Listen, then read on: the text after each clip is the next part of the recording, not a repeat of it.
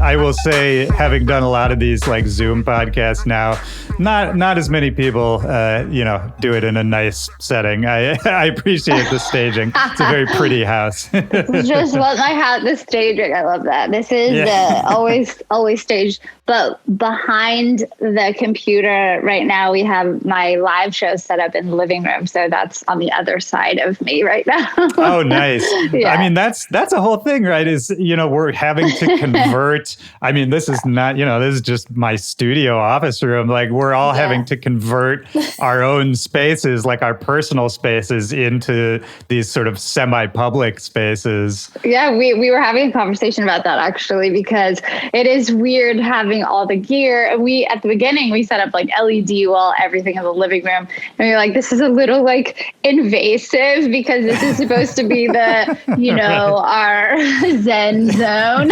Yeah. Nothing says calm and relaxing like a giant LED wall. Yeah, like your show production where there's usually like a bunch of people in front of you. Yeah. I mean, I feel like just visually, even just looking at that puts you into a certain mindset. Oh, for sure. And I actually kind of like it because I was going a little bit crazy at first too, just like, what is life? What is my purpose? What am I doing? And so having it sort of like kept me, because I feel like you can fall so out of that. Like, I'm a touring musician and I'm an artist, and I don't want to lose that sense of, because I worked really hard emotionally and mentally and physically to be able to do that. And so my fear is to like, take a few steps backwards. Yeah. So it kind of helps to have it up and running and, keeping it relevant in my life.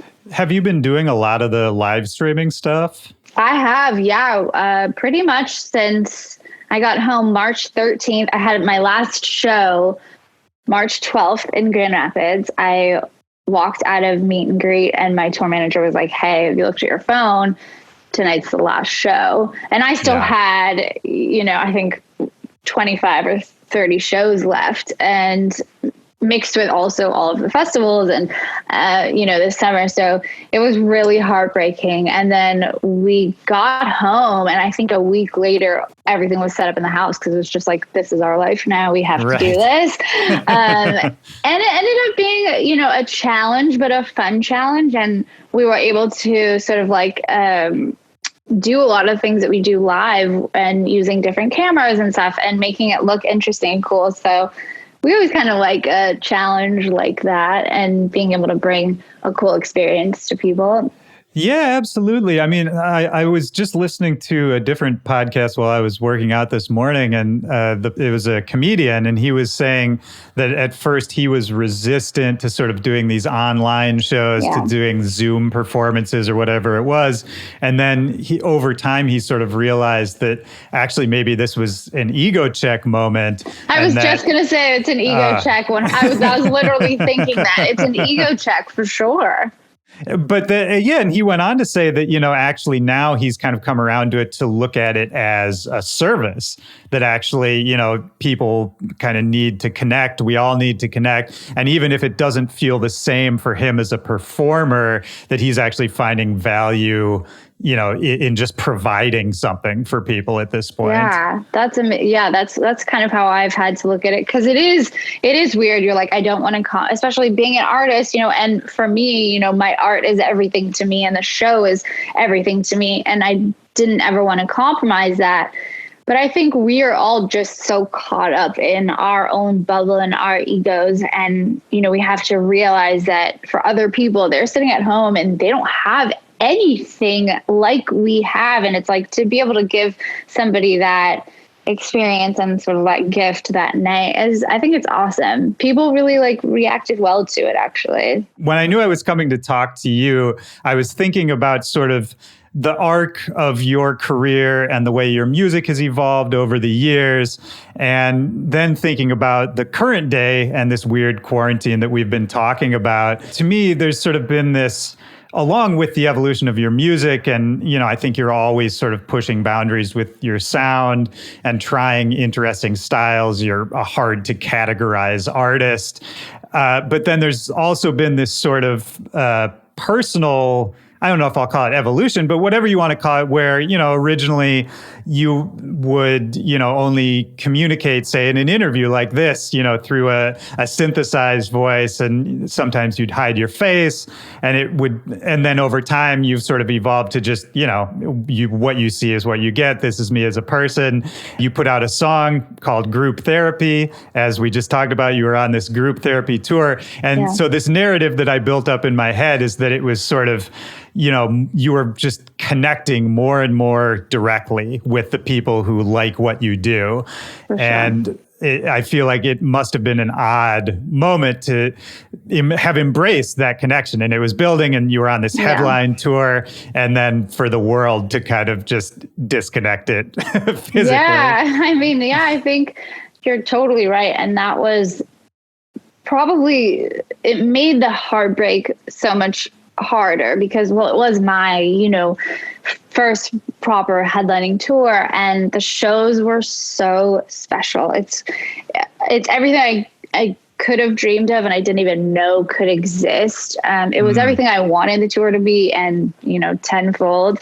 I would have people at the venue coming up to me every single night, coming up to the crew every night saying, I've never seen so much love in a venue before, and so much just like authentic realness, and not just people, liking me and the music, but being friends with each other, making friends. And it was the most special experience of my entire life. And it did take me a long time to get to that place where I was comfortable enough, talking one-on-one without, my hair like that. Right. Yeah. And I like this because it covers everything, and it's a safety blanket. And I was just so debilitatingly anxious and panicked and dissociative that it was really hard for me. And it's funny because it became a narrative and I didn't plan on it. It wasn't like, okay, this is what I'm going to do. It was just what I was going through and suffering through.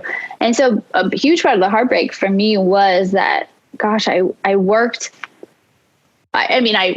so hard on the music and the tour and everything. But beyond that, as a human being, I worked so hard mentally the first night I was in New York, I flew a couple days early, and I had like a crazy middle of the night panic attack, was throwing up in the bathroom. And I was like, no, please not again. No, because I had been doing pretty good.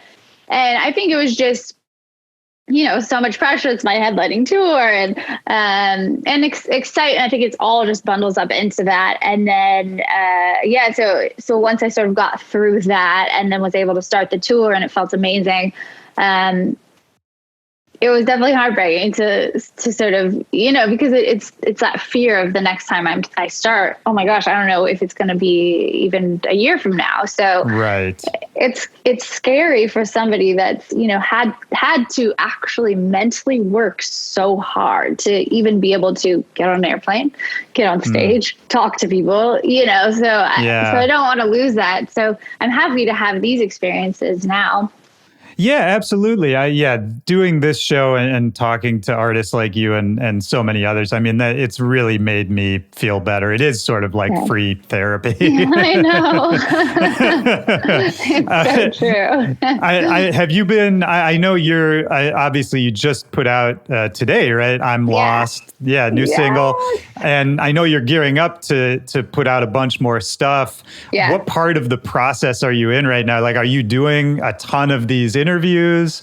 Are you, where are you at with all that? So I've been doing a little bit of press, kind of easing into it. It's the, kind of first release off of the album. And I have this amazing whole new team. And it's been incredible. I'm in the best place ever that I've ever been. So it feels really good. And it's the best music, my personal favorite music I have ever made in my entire life. And there were some just really special moments making this music. And I felt the most free that I've ever felt. So it is interesting because I gave myself the first month and a half of the year to finish the album. And then, the plan was go on tour and then put the album out this summer. And, just there was a whole year plan and that was all taken away. So we had to sort of go back to the drawing board. And, the silver lining of everything is we have this time right now and we're able to create videos, and it honestly reminds me of before I ever released music. And I had time because I wasn't touring or doing anything and just focusing on, I'm going to be a new artist and putting everything into every single little detail. I would, just do really cool things like send things to, people all over the world. And it was really fun. And it kind of feels like that now because it's the first time in the last couple of years that I'm not touring and we have this time to make videos and like really dive into the art side of it. So it's cool because my creative director, this dude, Chase O'Black, who did the I'm Lost video, he was supposed to be gone all summer with A$AP Rocky. And so we've had this time to, create something really beautiful. So trying to find the silver lining in all of that. Yeah, absolutely. Well, and it's great to, have a body of work that you had almost finished beforehand that you can kind of fall back on too. And it made me wonder, on this upcoming album, how much, if any, of the content was sort of affected by these times? Like, are there songs that were written post coronavirus? Yeah, actually. So the album was done, as I feel like as an artist, you're like never fully done. But so then because I was planning on being gone all of this time. So now being home, I'm like, well, of course I have to make more songs. Yeah. Sorry, everybody, like on my team that's like trying to, put this all together. But I'm like, this one has to go on the album. So yeah, I've definitely been making music. And I think that it's going to be such a different release because of this time, because like the I'm Lost video is, I think, my favorite video that I've ever made.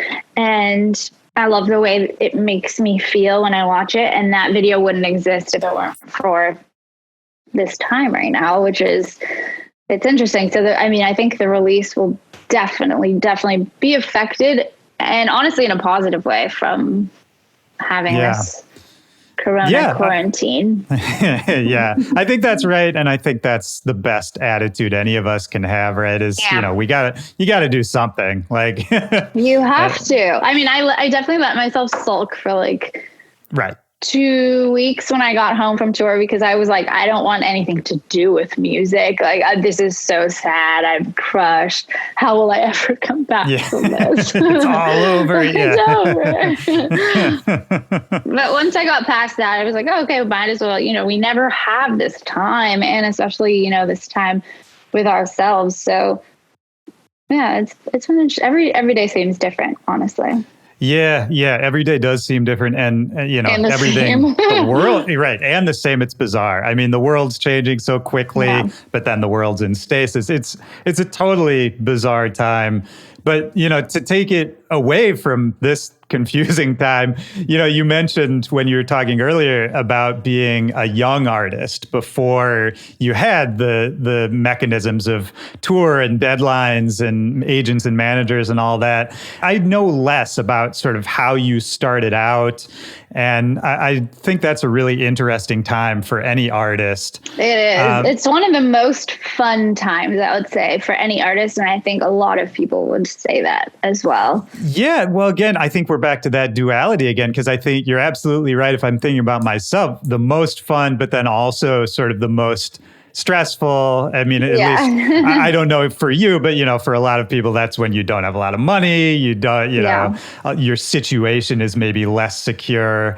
I mean, when did you, if we go even further back, as a kid, were you always musical? Were you always singing? Were you always playing instruments? Yes, but it was different. I grew up playing classical piano. That was my life. And doing recitals and competitions, and I had So pretty seriously. Yes, and I got this teacher at the time. She scared the shit out of me. You're like little and everything is so big. Yeah. I recently drove by my childhood home and couldn't believe how small the yard was. But so she had this beautiful big red hair, and she's from Macedonia, so she had this thick accent, and she's amazing. I'm this little 7-year-old, and she would come to my house, and I think once a week, and I was so scared of her. She would definitely make me cry if I didn't practice. And my parents, one of those. And my parents definitely pushed me. And so it kind of made me hate it. But I'm really grateful that they did, because, the path led me to here. And I'm grateful that I had those sounds going through my head my kind of whole life. And it's nothing really more than a cool party trick to be able to shred some classical piano. I mean, that's absolutely true, but it's got to help with the songwriting and the production in general, right? Yeah, I think that definitely it had to have influenced. I mean, I would sit at the piano. Classical music is so interesting, especially when you're learning it. It's like, practice these 4 bars for 4 hours and get it perfectly. And this hand's doing this and this one's doing this. And it's so meticulous, and you get in trouble if you do it a different way. And that just rubbed me the wrong way. Cause I'm pretty sure I would get in trouble if I was getting too into right. No emotional laugh. Hands like this. But yeah, so that was kind of the funny thing about that. But I listen to I listen to mostly jazz and classical on vinyl when I'm home. Which wasn't a lot, and now it's a lot. It's kind of Is that the kind of music that was in the home when you were a kid? Home music was a lot of jazz, a lot of blues, a lot of Pink Floyd and Steely Dan and Jimi Hendrix was me as a kid. I loved when my parents would play Jimi Hendrix, and they would be like, "Who's this?" And I'd be like, "Jimmy." That's great. So cute. Yeah. So it was really cool music around, and a lot of jazz and blues. But again, and that was when I was really little. But yeah, I think that definitely the classical music had to have influenced me in a huge way, because like I said, it would be hours. That was my whole life. It was hours and hours and hours of, meticulous practice at the piano. That's my when I think of my childhood, it's sitting at the piano. And was your parents' encouragement or pushing or whatever you want to call it of that? I guess I'll just ask you, do you know why they encouraged it that much? Did they want you to pursue that, or was it just important that you have a skill like that? Yeah, they were very much the thought of, if you're going to start something, kids are I want to ride horses, and I want to dance, and I want to draw, and I want to do this. And that's great. And I think kids should try everything. They were very much, if you want to start this, we'll buy you this $100 piano. I grew up very, very, very humble beginnings. And so it was, we found this $100 piano, and it had all these chipped keys. And that was my piano for most of my life. Cause I was you're not going to get a new piano until you sort of excel at this. And same with, I did karate actually when I was a kid, and you can't quit until you get your black belt. And if you want to start, you have to stay until you get your black belt. Damn. And I got my black belt, and I never went back, and I regret that. Oh man. Yeah. That's so much work to get that belt. Oh my gosh, it's so much work. But I think that, that really gave me the, practicing piano and the karate and, that kind of mindset of get good. If you really want to start something, boss up and get good at it. Yeah. Have you taken that with you? Are you the kind of person where once you make a decision, once you commit, you really go hard down that path? I mean, I would say with this project, yeah. And I think it definitely takes a certain type of person to commit to, being an artist. And I know a lot of people who are successful songwriters or, this and that, and they want to be an artist, and they'll put out this stuff and looking at it, it's like, it's definitely, if you're going to be an artist, I think you got to commit 100%. Like it's my whole life. And yeah. I guess that I never really thought about that, to be honest. Yeah, so, no, I think that's cool. And I think you're absolutely right. I'm very much the same way where I don't, it takes me a long time to come to a decision about things in my life, about important stuff. Like I'm not somebody who can just sort of be like, okay, this is what we're going to do. But once I make that decision, it's kind of all in. And I don't know, it works all right. we're doing okay. We're okay. Yeah. And so, I mean, let's talk about that moment of, deciding or realizing that this is something you're going to pursue. Yeah. How did you come to that? I have to assume at a certain point you became interested in performing and writing beyond classical music that started to really have meaning for you.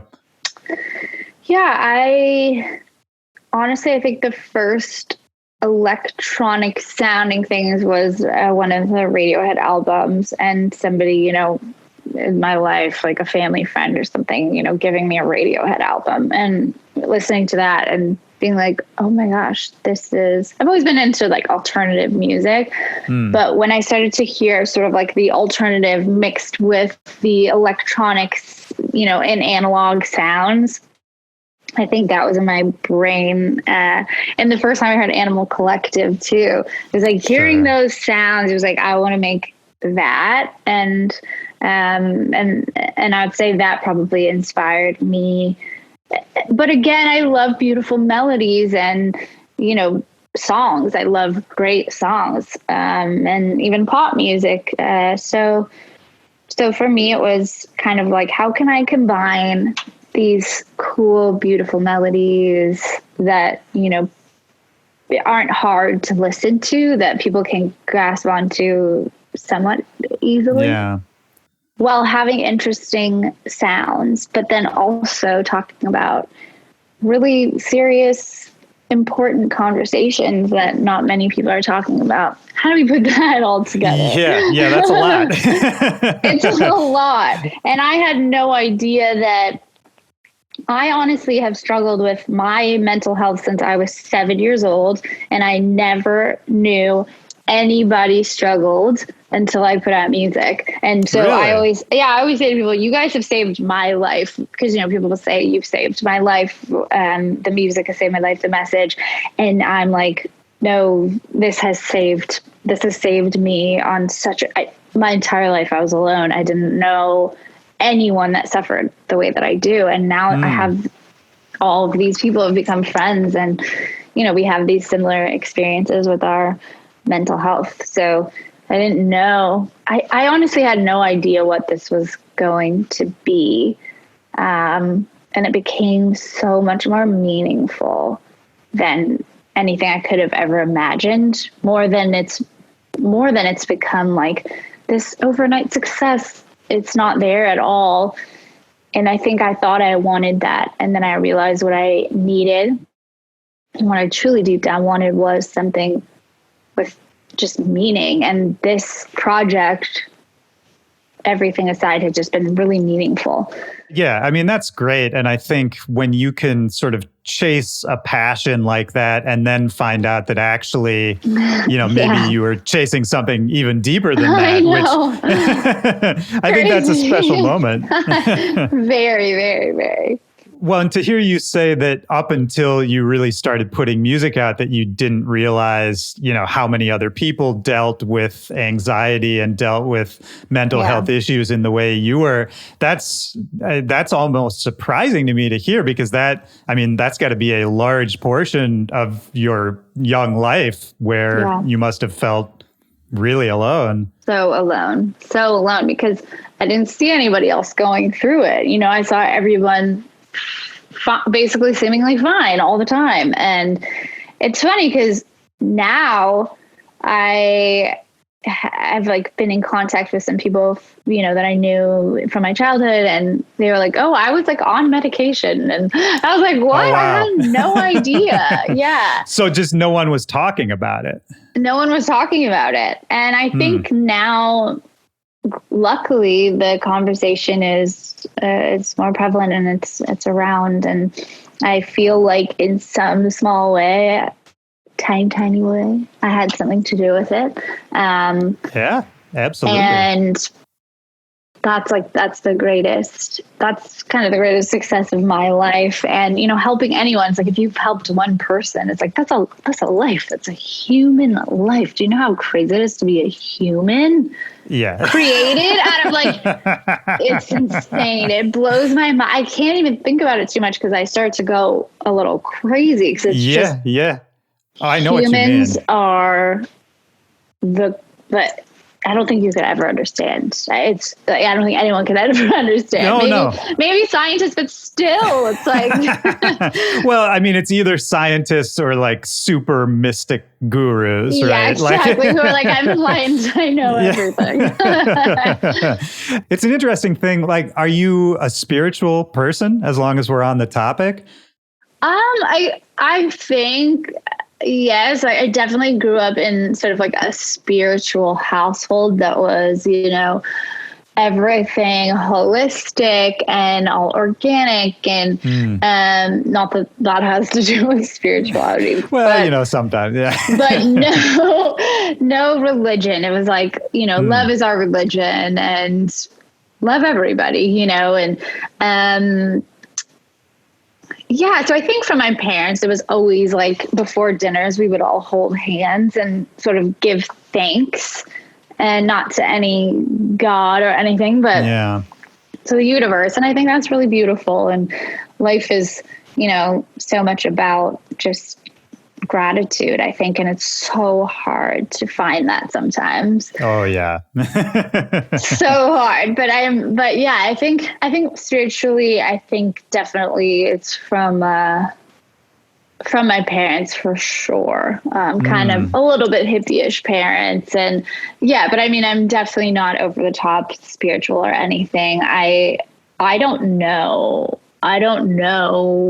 anything really. I only know kind of what I know. And there's a line in one of my songs that's, all I know is I know what I don't know, and what I don't know could fill up a whole Bible, because it's like people think they know everything, but I don't know shit.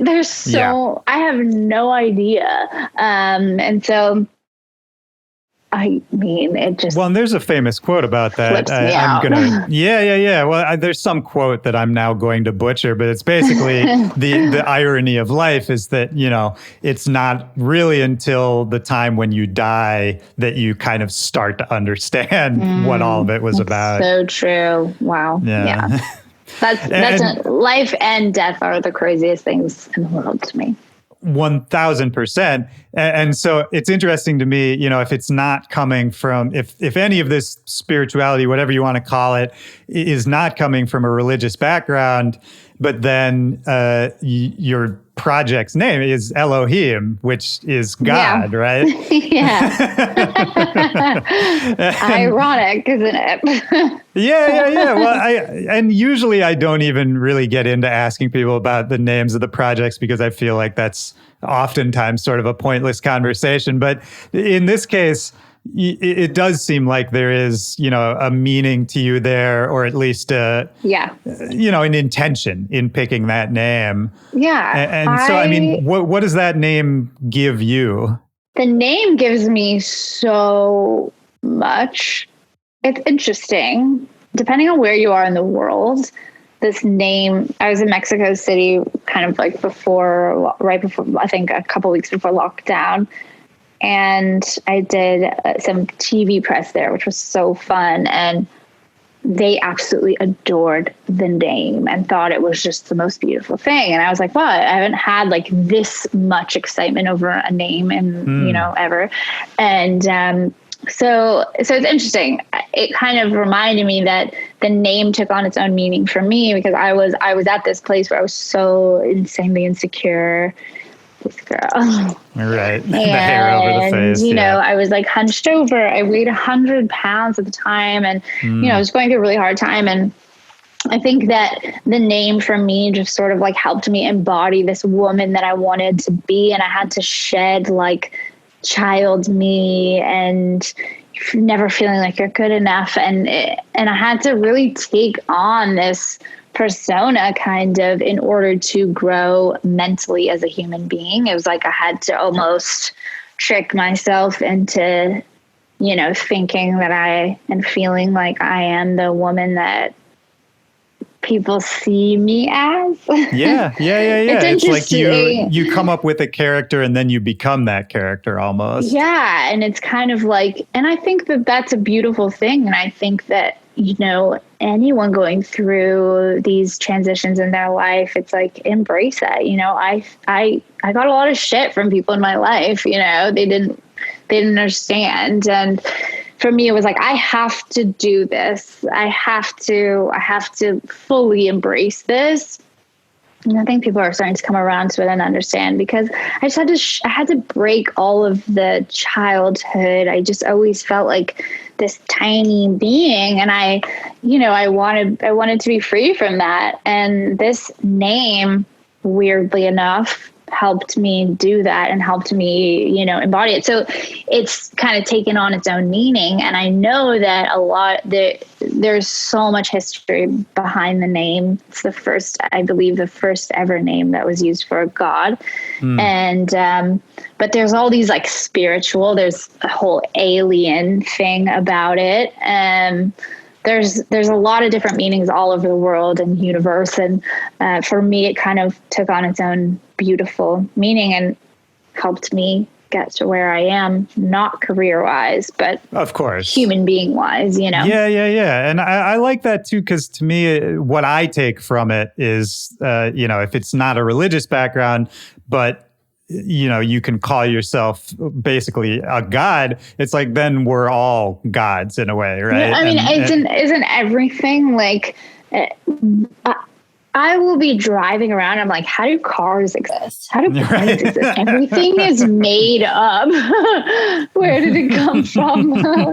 And then it's like, do you think the world will end and then we'll start over again? And then all these things have to be invented again? Like, I don't know. I have no idea. Yeah. Well, and that makes me think about, you know, the power of connection, to bring it back to that, and the power of humans as a group and as a tribe, or whatever you want to call it. Because a car, something like the invention of a car, even if you look at, you know, to bring it into our world, you know, musical icons that you look up to, and then eventually you meet them, it's just like, oh, that's just some guy, you know? Like 100%. And so it's like, how do any of us innovate? How does this culture happen that we all love so much? And I think it really is. It's coming together, right? It is connecting with other people. And one thing I think about this time is it is sort of breaking that, I'm better than you. Like, this celebrity is better than you, because, you know, I hate that. I think that there shouldn't be tears. I think everybody is, you know, we're all equals. We all came from a womb at some point. I don't know how you got out of it, but that's your own journey. Yeah, you know me, I took like a diving leap. Yeah. I was told I came out guns blazing, screaming, doing jazz hands. Yeah. But yeah, I think I actually met an artist. I was playing Coachella, and it was the coolest thing ever 2 years ago. And I went up, I never go up to artists. And I went up to an artist. I was like, fuck it. This is like my favorite album. And I went up and I was very disappointed at the reaction. Yeah. And I feel like forever I'll never not appreciate somebody saying that they like the music. And that always just like blows my mind. I'm still a baby artist, but it's still like, I think forever, it's like, how can you not, you make music for a living. That in itself is insane. Yeah. Oh, 1,000%. And I think to be grateful for that. But yeah, so I think this whole like coronavirus entire thing going on in the world right now is so global, so universal, and everyone's dealing with it obviously different. But it's definitely, I think, been humbling for a lot of people. Yeah. Yeah, 100%. And I mean, it's a very good thing. Yeah, there's been a bunch of funny times when, some mega celebrity will try to issue some statement. People are just like, it's not the time for this, It's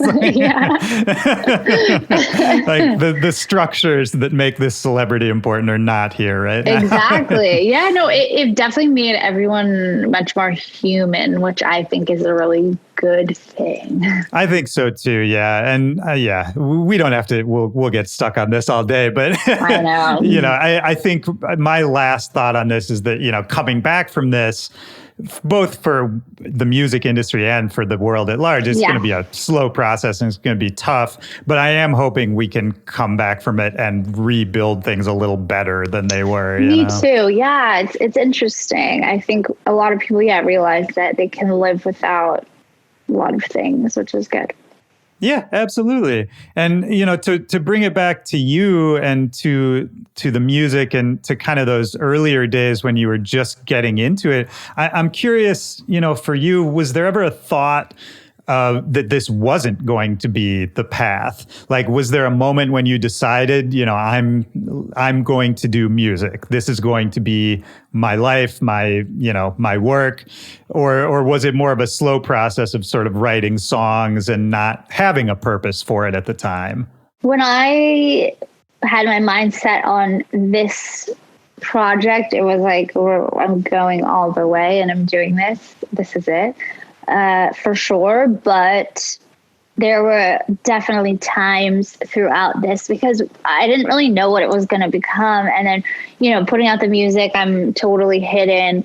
And then people liked it and reacted and, getting messages and, other people struggling. And that became a big part of it. But then, putting me, I really didn't think I would ever do a show. I felt like I set up my live show in my bedroom, and a really close friend of mine from the studio that we all work at would come over and we would just like rehearse my set because it's a one-woman show. Yeah. And in my brain, I was like, I'm doing this just like please everyone, but I am never going to do a show. There's no way. And then, cut to my first show ever. I think I was walking on stage and I just was like, oh God. And I just started like dry heaving. I'm like literally seconds from going on stage. And then I think the really like severe, when I started touring and stuff, the severe panic and dissociation and anxiety, which are the three like main things that I've suffered from, sort of came back into my life, and it was so bad. And then there were times where I would like, call my family or call someone on my team and be like hysterical and like, I can't do this. Like it turns out I wanted to, but this was cool, but I can't do it. And I'm so happy I had people around me that pushed me to keep going. And it was like, just try one more show, try one more thing, and it was always like that one last one before you were like, I quit. Right. That it kind of like propelled you to keep going. Yeah. So I've definitely when I started this project, I was like, I'm going all the way. And was there a moment, in those, the anxiety attacks and the just not wanting to engage with certain parts of the whole thing, was there a moment, did it just get better over time? Or did you find solutions to help yourself deal with kind of, the tour life, the more public life? What was that? Was it gradual or was it more of a light bulb? No, kind of moment? I definitely had a breaking point, which was I had just done a full US Canada tour with Alice in Wonderland. And I got home. I remember I shot a video, and then I was like meant to go on a tour that I didn't necessarily want to do just because I was really tired, but my team was like, go do it, tour as much as you can, And I don't think that team at the time knew how to kind of handle the situation. And I left for that tour, and the second day it's interesting how brains work. In my mind, I got off stage and I was like, I can't do this for 2 months. And then the next morning I woke up and I was so sick. I ended up getting 104 fever, had to go to urgent care, had severe pneumonia. Oh, wow. I've never had anything like that in my whole life. And I would get sick a lot. I was definitely like that person who would get sick all the time. Because I think it was very mental. But so the doctor was like, so happy you came in today because you would have ended up in the hospital. You need to go home, and just like, wow, you can't leave your bed, basically. So I had to wait it out 3 days, and then I finally flew home. I was like in a wheelchair in the airport, and then I was in bed for 2 months. And after that, I was like, I need to get my life together, because I think that my mind is what caused this illness in me. Wow, 2 months, yeah. Yeah, it was so gnarly. And I was 100 pounds. I am now 140 pounds. Nice. It was definitely a process. But yeah, so after that, it was like, I got to get my life together. So I went and I was in therapy, but my therapist was like, I think you need to go see a psychiatrist and get, potentially, I think you would benefit from medication. And that was the scariest thing for me, because like I said, growing up with, all natural and all of that. Yeah. So it was so scary. And, you get put in that situation, you're like, me? No, there's no way. Like, I don't need medication. That's crazy.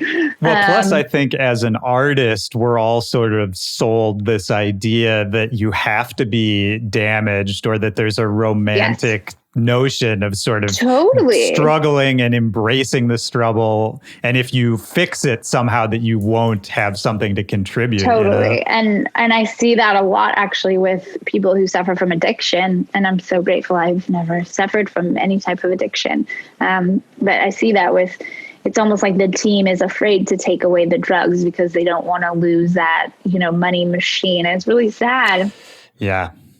We were watching the Lil Peep documentary on the plane, and I actually had to turn it off because it was so upsetting to watch. It's a rough watch. It's beautifully made and beautifully shot and beautifully edited, but it just it makes my blood boil because it's such a common thread in music. It has been forever, and it is romanticizing, not that, but in life, I think people romanticize, drug addiction and stuff. And hopefully that's sort of fading a bit, because, it's like, but it is like the rock star lifestyle.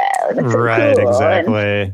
But yeah, I don't know how I got on that topic. Well, we were just talking about that, your therapist recommended a psychiatrist. Medication changing you. Yeah. Yeah.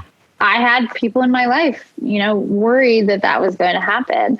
And I was like, well, and I was scared too, of course. What is this going to make me feel like? It changed my life. It was, the best thing that I could have done at that time. That mixed with, doing more shows. And, I just got to a point where I was like, all right, I have 300 plus shows under my belt. And now this feels like my life, and it's a little less scary.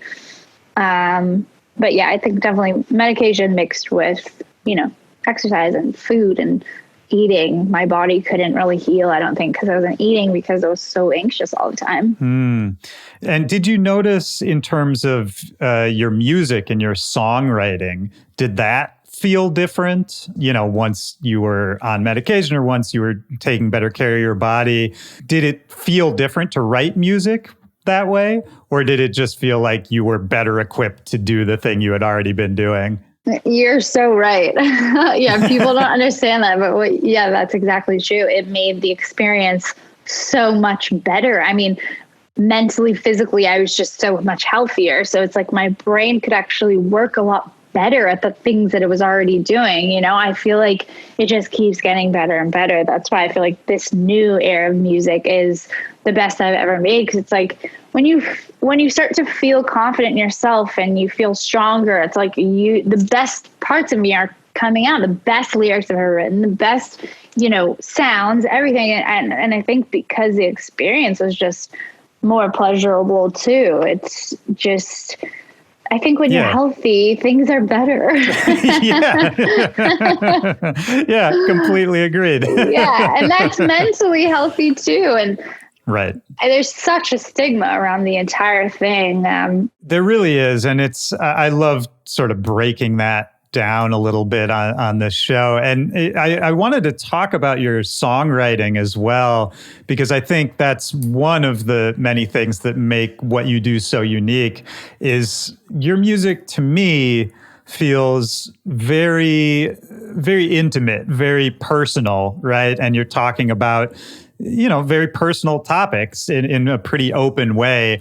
But then it's sort of combined with this bigger sound. People categorize your sound probably in a million different ways, whether it's pop or dance or something else. But, to me, it has this sort of conversational, intimate, almost like folk music style. And I'm wondering, for you, how do you think about that? Like, is that something you consider, of combining the personal with the, whatever you want to call it, commercial sound? Like, is that something you sort of had to work to find, or is that sort of just how you naturally write music? I think naturally how I write music, because I've always wanted to write from like a very, very personal, very real place. I love having, darker lyrics. I can't wait for you to hear the song that's coming out after this one that just came out. But it's like the dark lyrics that are not even dark, just super real lyrics mixed with a track and beat that makes you feel really good. And I like that because it's not the fully sad, like we're going to this really dark place right now and it's going to make me feel, sad listening to it. It's sort of this, we're all in this together, it's okay to talk about these things and there shouldn't be a stigma around it. So I think naturally I've always wanted to, like I was saying, I've always been a fan of, pop melodies and great folk songs, I guess, and, just great songwriting. But then also on the flip side, I love electronic music and I love weird sounds and alternative music too. So for me, it was putting all of that. And then jazz, I love jazz music too. And I love brilliant piano players. And so I think it was putting all of that kind of together and giving a cool, it's very hard to do cool music that crosses over. Right. It's very hard. And I think the king of that is probably hip hop music. It goes so mainstream, but it's still cool. And it's that's a really hard thing to sit around and be like, who's done that? Right. Well, it's interesting hearing you talk about hip hop and mention Lil Peep earlier. And I mean, I think there's a few people, Peep and a few others. I mean, I'm thinking about Juice WRLD, who also died of an overdose, and they were. Too.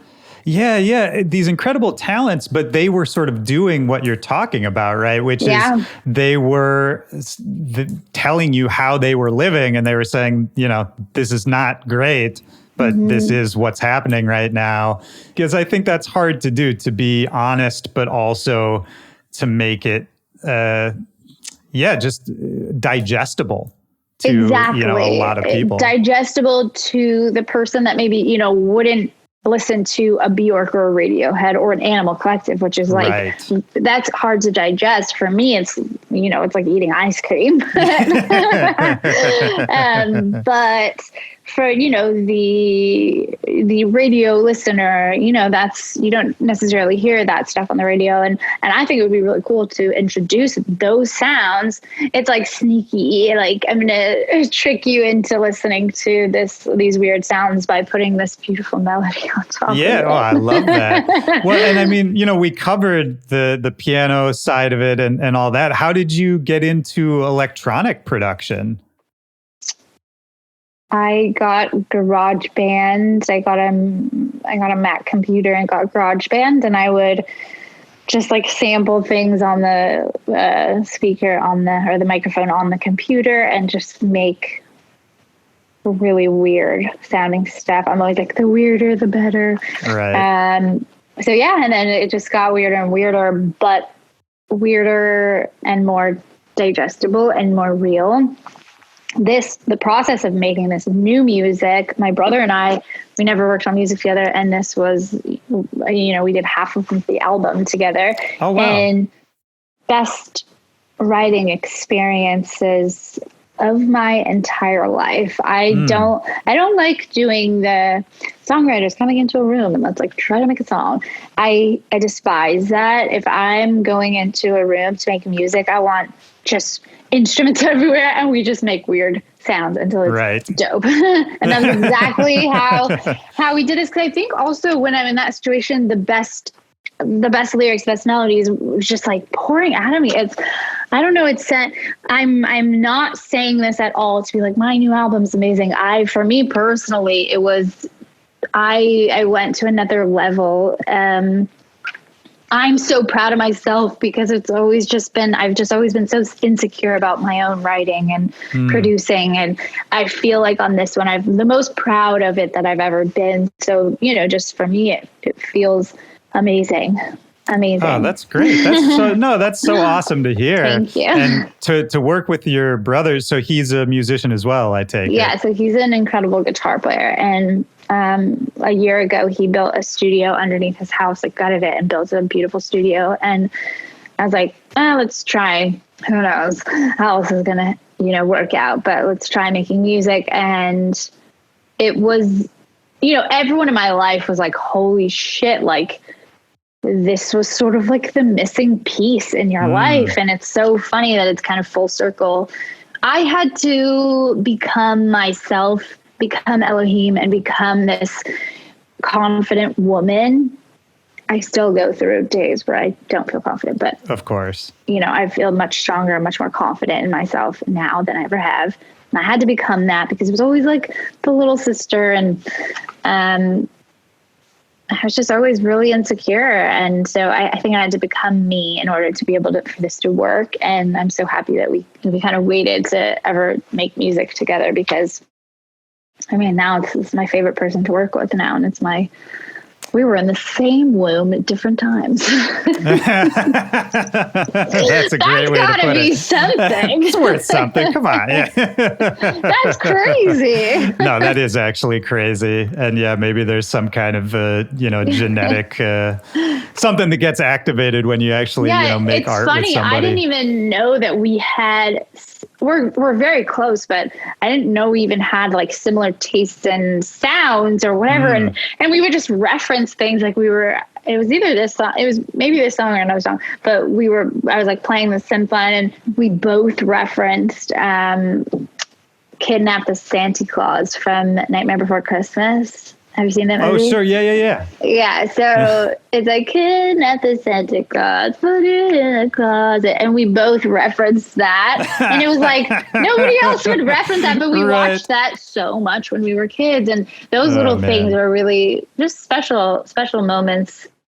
Yeah, that's beautiful. And another thing about your songwriting, I just realized that I really like that this reminded me of is there's a lot of moments in your writing in your albums, whether it's sort of just the shorter interlude tracks that you do, or even in the new one in I'm Lost, there's like sort of a transitional part of the song, and there's a little voice that says like, let's go to the rave, or something like that. And there's these kind of moments, like I'm also thinking about the one interlude, I've forgotten the name, but it's about breathing and you're telling people meditation.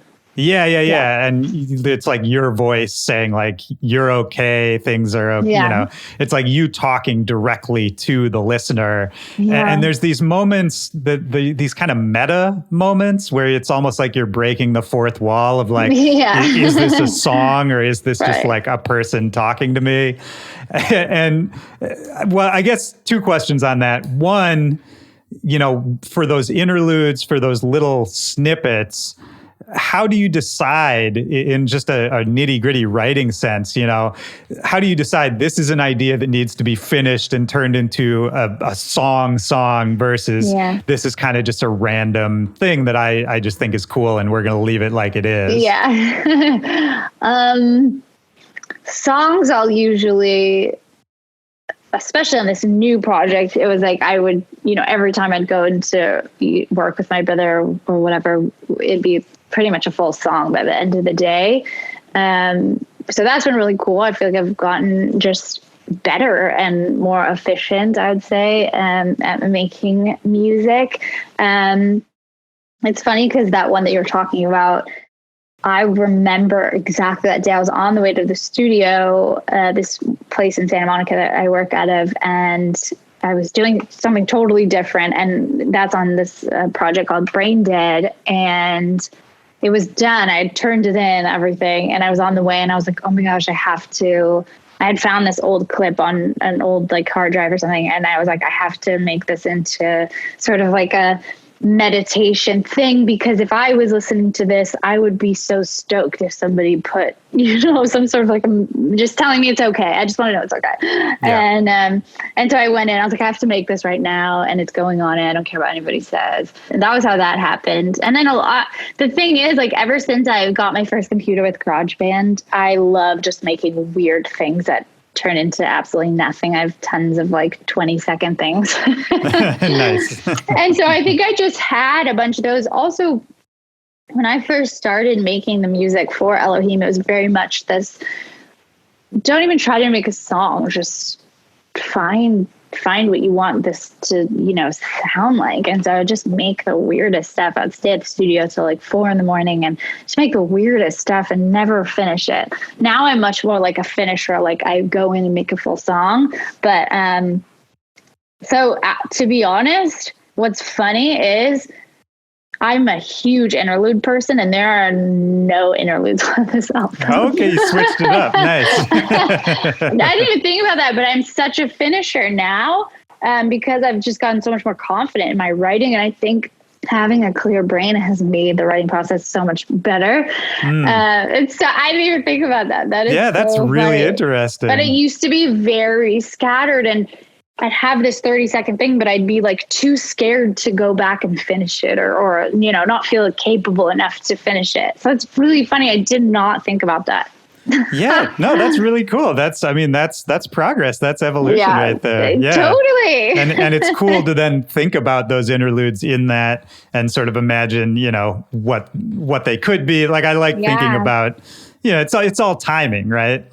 If you sat down on a different day to write the song, it would come out totally differently. 100%. And it's funny because I think my music on this new album is my favorite music by far, because it very much reaches into those interludes, and it's very much that feeling. And on my past albums, EPs and album, my favorite parts were always the interludes. And so I think I'm having an epiphany right now. I think that I finally cracked the code on how to finish an interlude. And that's what this album is.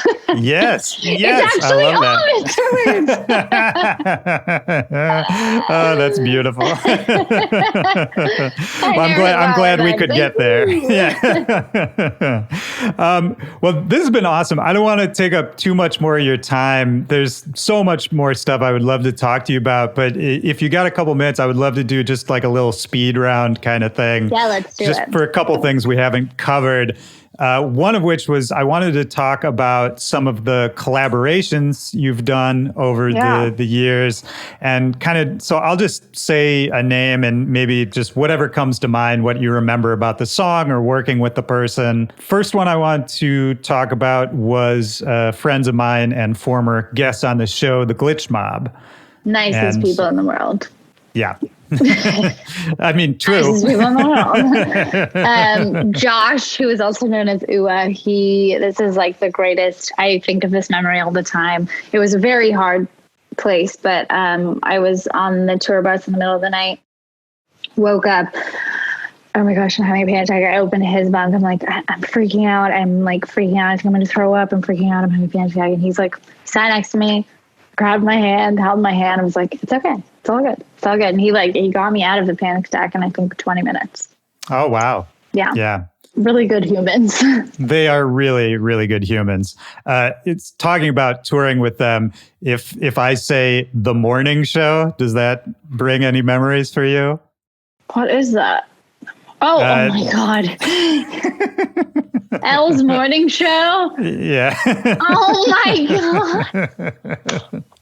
I think everyone remembers that. We'll like still text. We'll be like, I missed it. I'm like, it's still going on. You're just not here. Yes, I'm like notoriously very energetic in the morning. And they would all like roll out of their bunks and like eat coffee. And I'd be like, hey, so this is what's happening today. And like just put on a whole, so that, yeah, it was Elle's Morning Show. I was like, what? I got a show. That's great. That's amazing. I love that. Oh, man. Moments. Yeah. I love those guys. All right. So moving on from them, what about Skrillex, with whom you made a couple different songs and put them out on his Ausla label? An insane talent. I sat next to him and watched him make the beat for a song we did called Buckets, which is my favorite song to perform. And I watched him make the beat on laptop speakers in front of me, just a laptop, no keyboard, nothing. Plugged it in, sounded like the biggest thing I'd ever heard. Like this, it's like sound wise, not like popular wise. I know what you mean. Yeah. It sounded like we're all like speechless. Like how did you just make that and then plug it into the speakers and it just sounds like amazing and huge? Yeah, like he's mixed and mastered. Yeah, such a talent. He's like too much talent for one person, I think. Yeah, I think that's about right.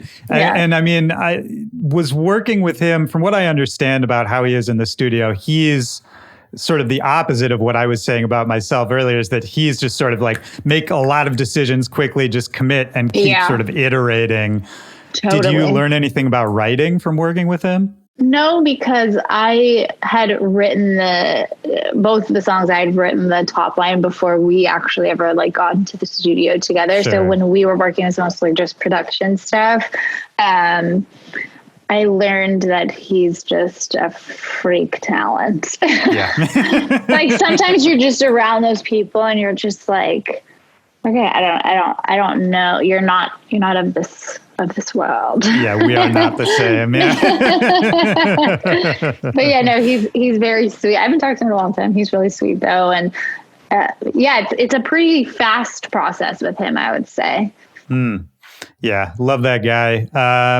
All right, in a different vein, what about Wiz Khalifa, who you had on your own song? Oh yeah, Fuck Your Money. He's such a sweet guy.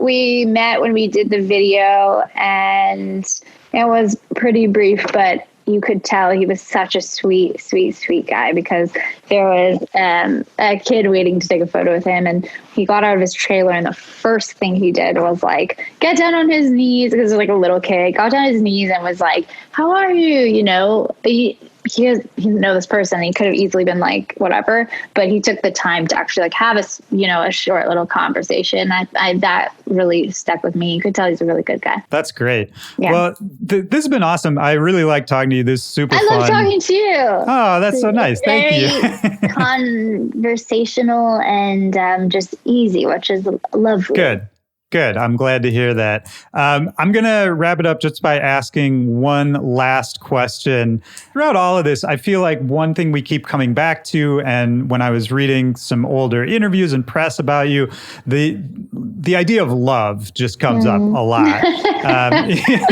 And you know, it's great though. You know, you talk about giving and receiving love through music. You talked about how even as a kid, your parents were talking about, you know, the love in the air, that kind of thing. Yeah. And so this is going to be a super broad question. There's no wrong answer to it.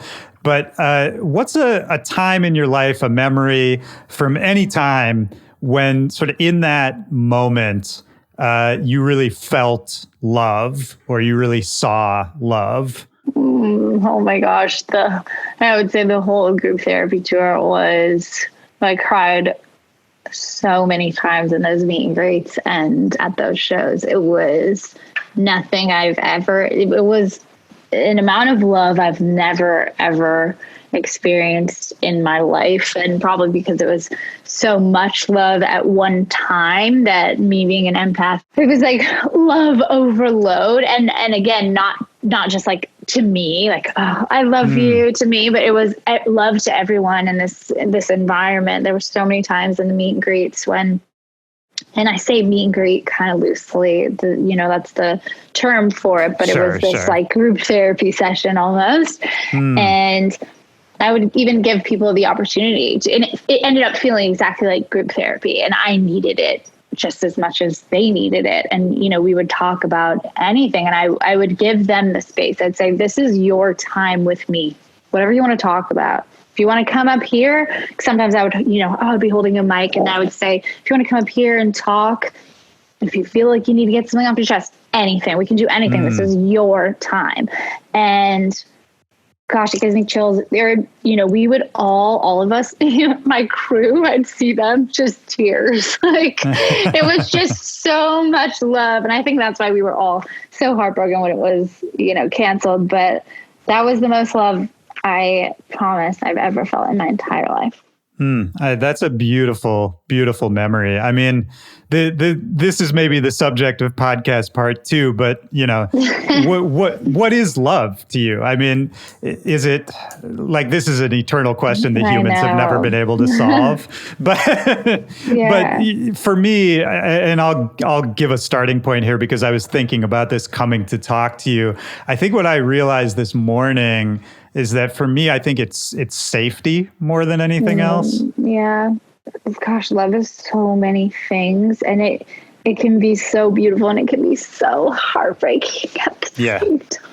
Yeah, that's true. It can be so heartbreaking, and you're going through a breakup, and you're like, I hate love. I never want to experience it again. And I've been there.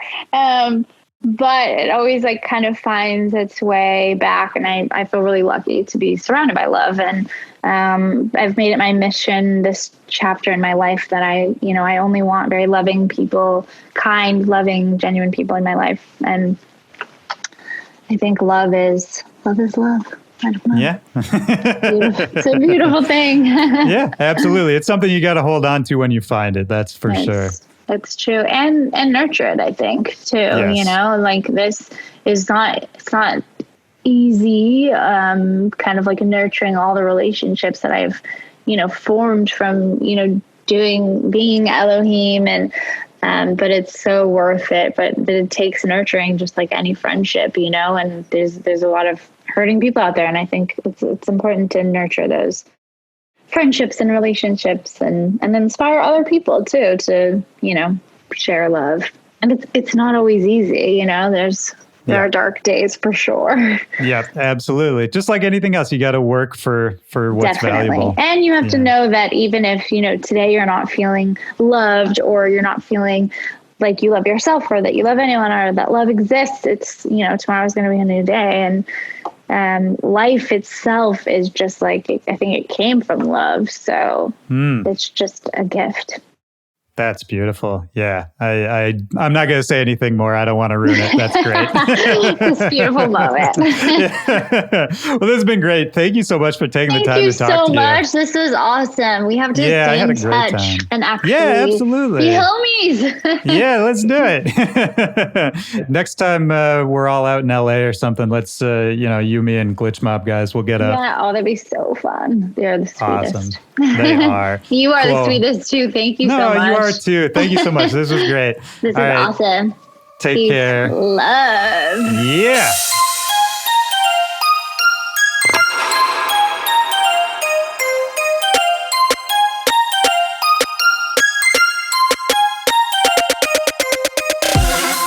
All right, that's the show. Shout out to Elohim. Great to have you on. Hopefully we can come back and do a second round sometime. For everybody out there listening, I hope you enjoyed that too.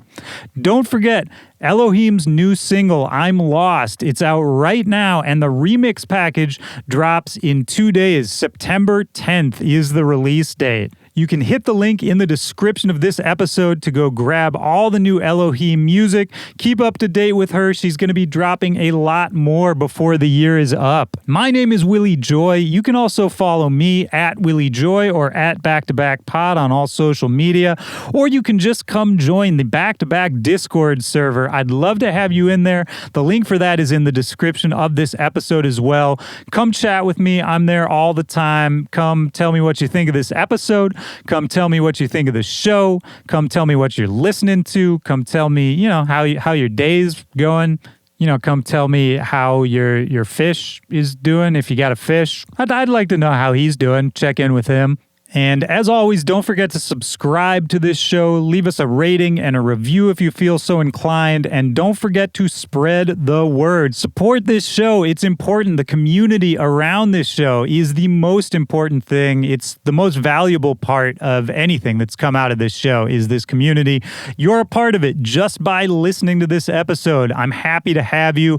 So shout out to you, the listener. Shout out to Elohim for this week's episode. I love chatting with you. And, I think that about does it. I went crazy over the month of August recording new episodes for you guys. There's so much coming on that I'm excited to show you. I think you're going to be stoked on some of the upcoming episodes. Until then, I hope you take care of yourself. I hope you take care of the people around you. I'm wishing you luck on anything you're working on this week. I'm wishing you health and happiness and some laughter and some enjoyment and some good tunes, man. We can always use some good new music in our lives. I'll leave you there. I hope you have a great week, and I will talk to you next Tuesday. For Back to Back, this is Willy Joy. Peace.